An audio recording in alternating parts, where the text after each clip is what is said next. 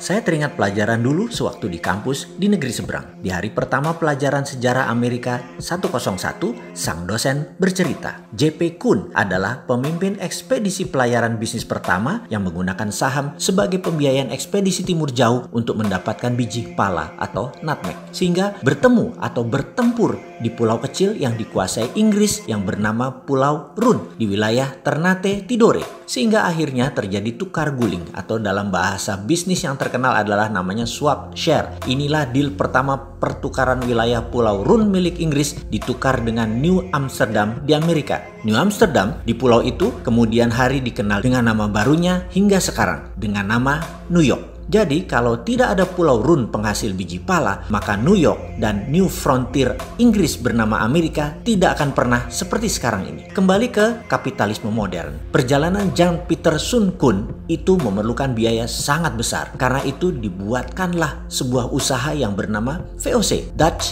East Indies Company, milik berbagai pengusaha Eropa berbasis di Belanda. Mengapa multi-owners? Karena semakin banyak yang store saham, semakin kecil risiko yang ditanggung dalam perjalanan yang berbiaya sangat besar tersebut. Inilah asal muasal awal kapitalisme modern, yaitu modal bersama, urun dana di bursa keuangan. Maaf, ini juga yang jadi alasan Santara lahir, berdasar dua pengalaman sejarah, Koleganza Venezia dan VOC-nya Belanda. VOC adalah perusahaan pertama di dunia yang menjual stok atau sahamnya agar bisa dimiliki banyak pemodal secara masif. Karena itu mereka terdiri dari pemilik 17 pemegang saham besar. Beda dengan Koleganza, pemegangnya orang kecil. Oke, nanti kita jelaskan lengkap di chapter khusus untuk Koleganza Venezia ini. VOC juga perusahaan pertama di dunia yang sahamnya dimiliki oleh multi-international owners, ditambah dengan 21 tahun pemberian hak kelola spice, rempah, menjadikan VOC adalah perusahaan mega korporasi pertama di dunia. Hak yang utamanya adalah mengeksploitasi rempah Nusantara. VOC menjadi model pertama di dunia atas mega korporasi yang merubah dunia bisnis, dunia finansial, dunia saham, bursa efek, dunia sosiopolitik ekonomi, military political diplomasi, maritime exploration, dan penjajahan ekonomi oleh perusahaan global. Sengaja saya menuliskan panjang sejarah VOC ini agar bisa mengingatkan dari sejak awal Indonesia ini berdiri. Negara kepulauan terbesar di dunia ini adalah ditakdirkan sebagai global player.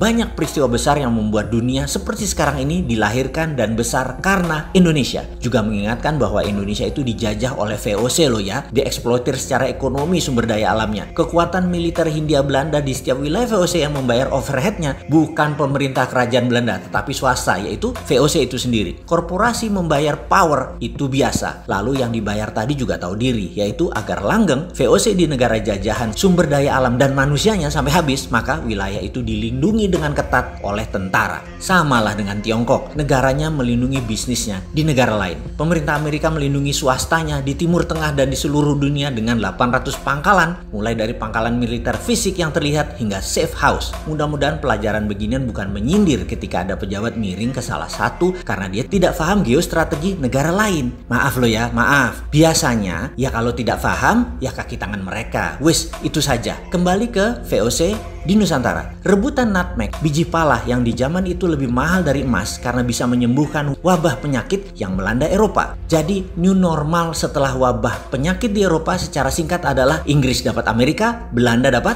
Indonesia. Deal bisnis yang merubah peta politik dunia. Kita lompati sebentar ke masa setelah Perang Dunia Kedua di Indonesia. Seperti tadi kita ingatkan, Indonesia memang ditakdirkan sebagai global player dan ini semua tergantung dari siapa yang mengelola negaranya. Kita semua sepakat bahwa Indonesia ada emas. Budaya logam Nusantara salah satu yang terbaik di dunia. Kesuksesan Majapahit menyatukan Nusantara dengan tanpa tumpah darah adalah menggunakan perjanjian logam. Emasnya Majapahit. Terbukti hingga saat ini ada emas di setiap kerajaan dan kasultanan di Nusantara. Kemudian syarikat dagang yang menyebarkan Islam di Nusantara, terutama tanah Jawa, menggunakan kekuatan emasnya Wali Songo. Hal inilah yang menjadikan Nusantara memeluk Islam tanpa merubah budaya karena masuknya lembut. Asli budaya Nusantara dan kita semua harus berterima kasih kepada kepada Wali Songo dan caranya mereka. Kembali ke emas, Pak Karno tahu sekali cadangan emas Nusantara ini dan di tahun 1955 sebagai dasar undangan 50 negara hadir di Indonesia dalam konferensi Asia Afrika karena Indonesia memiliki tangan di atas kekuatan emas tersebut. Cina, India, Pakistan, Mesir, Korea Utara, Kuba, semua tokoh revolusioner semua mengharap dukungan Indonesia. Bayangkan ada Nehru, Gamal Abdul Nasser, Zulfikar Ali Bhutto, Mao Zedong, dan legendaris dunia lainnya hadir di Bandung. Kota kecil di negara yang baru 10 tahun merdeka. Karena apa? Itulah obor ala Indonesia. Itulah IMF ala Indonesia. Presiden Soekarno tahu kekuatan sumber daya alam nasional. Kalau dijadikan jaminan untuk printing money, maka rupiah bisa lebih kuat dari dolar. Tapi sayang 1000 kali sayang, Pak Karno pemikir tunggal. Di bawahnya tidak siap karena cakar-cakaran kekuatan politik bermanuver. Sehingga lupa mengelola tanah air tercinta dan membangun kekuatan pertahanan, terutama intelijen. Sungguh, membangun kekuatan politik dunia tanpa membangun kekuatan shadow, kita menjadi rapuh. Ketika CIA bergerak, kita tidak antisipasi. Langkah Soekarno adalah ancaman terhadap dolar. Dan terbukti 10 tahun kemudian CIA berhasil melakukan operasi clandestine menggulingkan Soekarno. Pak Karno menjadi sejarah. Kembali kita ulangi sekali lagi. Sepakat ya, Indonesia ini ditakdirkan memang untuk jadi global player. Kedepan kita harus perbaiki strategi bernegara dalam geostrategi antar negaranya. Inilah kekuatan yang harusnya saat ini diambil alih oleh pemerintah di saat gajah Cina Amerika bersih tegang. Sekarang dunia bergeser lagi peta politik dunia dengan adanya Thucydides trap antara Cina dan Amerika. Bener deh, kita tidak boleh terjebak obor Cina dan strategi keuangan ala IMF-nya Amerika. Kita harus bermain cantik di antara dua kekuatan. Sekedar mengingat, jangan miring ke Amerika, jangan miring ke Cina. Gunakan hati ke depannya di dalam berbangsa dan bernegara. Sungguh, gunakan lebih dari satu hati di dalam mengelola negara. Hati-hati.